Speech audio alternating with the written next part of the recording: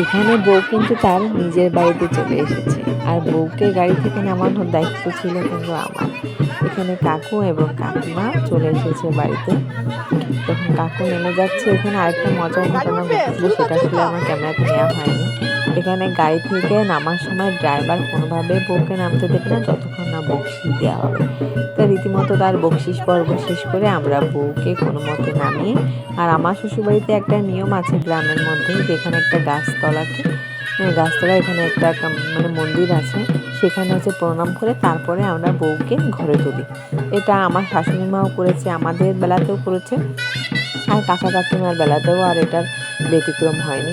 তো সেমভাবেই আমরা কাকু কাকিমাকে সেই মন্দিরে নিয়ে যাই, গাছতলার যে মন্দিরটা এখানে নিয়ে যাই, যে কাকু কাকিমা এখানে প্রণামটা শেষ করে, এবং শেষ করার পরে আমরা হচ্ছে কাকু কাকিমা নিয়ে বাড়ির দিকে চলে যাই। এটা একটু ভিতরের দিকে, যেহেতু গ্রামের মধ্যে অনেক রকম নিয়ম কানুন থাকে, এখানে হয়তো অনেক জায়গায় অনেক নিয়ম থাকতে পারে বা এটা অনেক জায়গায় থাকতে পারে না, বাট এটা কিন্তু আমাদের শ্বশুরবাড়িতে এটা মানে যুগ যুগ ধরে হয়ে আসছে। তারপর আমরা এই যে বাগানের মধ্যে দিয়ে গুড় করে হেঁটে চলে আসি।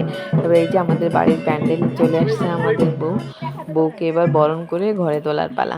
এই যে বউকে আমরা সবাই মিলে বরণ করছিলাম, বউ আলতা সিঁদুরে পা ডুবিয়ে রেখেছে। তারপরে এই যে আমার বোন বউকে বরণ করে ঘরে তুলছে। বরণটা আসলে সত্যি অনেক সুন্দর ছিল, বাট এখানে বাজনাটার অবস্থা এমনটাই ছিল যে তালটা উঠেও যেন উঠছিল না।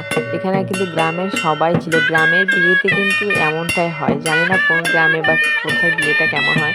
এখানে কিন্তু অনেক ধরনের নিয়ম কানুন থাকে। এখানে আরেকটা নিয়ম আমার শ্বশুরবাড়িতে আছে, বউ বরকে মানে বরণ করবে, তারপরে এরা ঘরে উঠবে।